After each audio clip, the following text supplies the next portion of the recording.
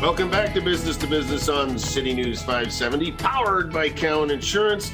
Joined again on the line this week, as promised, by Steve Price. He's a sales consultant with the retail and group area at Cowan Insurance Group. And Gregory, last week we talked about Auto Insurance 101 and the importance of liability and getting your driver record and making sure you can afford the insurance, the insurance that you for your dream car.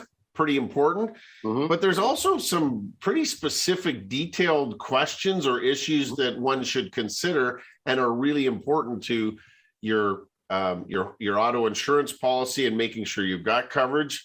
And it's important that we ask those questions and disclose that information to our insurers. Well, and I think it's important information for people to understand, maybe not before they go and see a broker and start talking, because a broker should give you all of the answers to any of their concerns or any of their questions that they might have. But Steve, just for the record, though, I did send Ian a quiz on Insurance 101, and he failed. But that's okay, because he is not your average student when it comes to insurance. He is very much below average from a student perspective. But one of the questions he would never be able to answer is, a lot of people are talking about one-way insurance. What does that mean? And are people really using it in the right context? Because one-way insurance seems kind of obscure in today's world. Yeah, I'm not a fan of the term one-way coverage. So for example, someone might call in and just say, all I want is one way.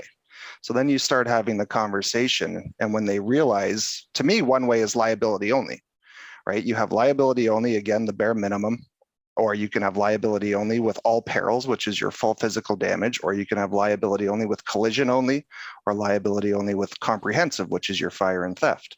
So when you start explaining that one way is liability only, you're not going to have physical damage. If you're driving in the winter, you slide on ice and hit a snowbank and damage your car, you're not going to have a rental in that situation.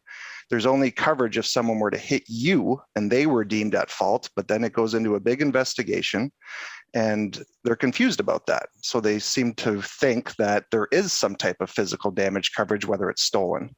So the difference is liability only, or you have liability with physical damage. The one-way term, I think, kind of needs to go away, because it draws a lot of confusion.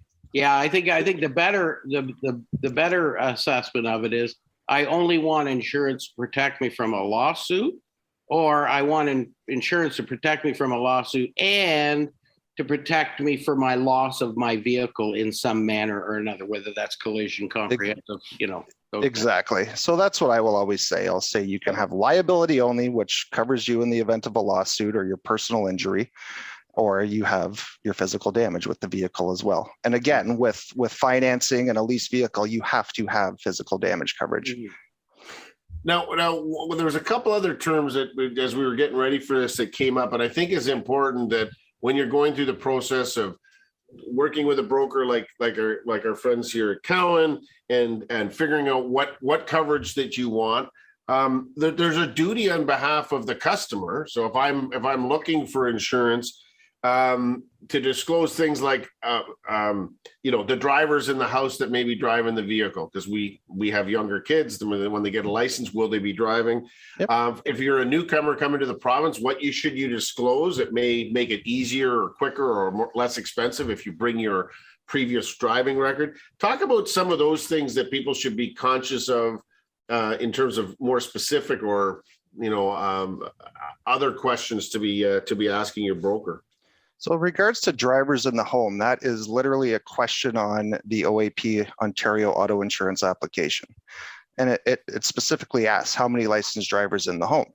So what I'm seeing a lot these days is a lot of claims that come up as unlisted driver. So they have lent their car to someone, probably someone living in the home, or it could be a friend. But when you're lending your car, you're also lending your insurance. So if that person's in an accident and they don't have insurance somewhere else, that claim is going to stick with the insured. So it could affect them down the road because that claim is now not being rated for whoever they loaned their car to. So that's a big issue. And then the company's probably going to investigate to make sure that the driver who is driving the car would actually qualify. Maybe that driver has 5 accidents and 25 tickets, right? So they wouldn't necessarily qualify for that company. So it can cause some big headaches when you're loaning your car out, especially in the event of a claim. Yeah, and I think that's a big concern.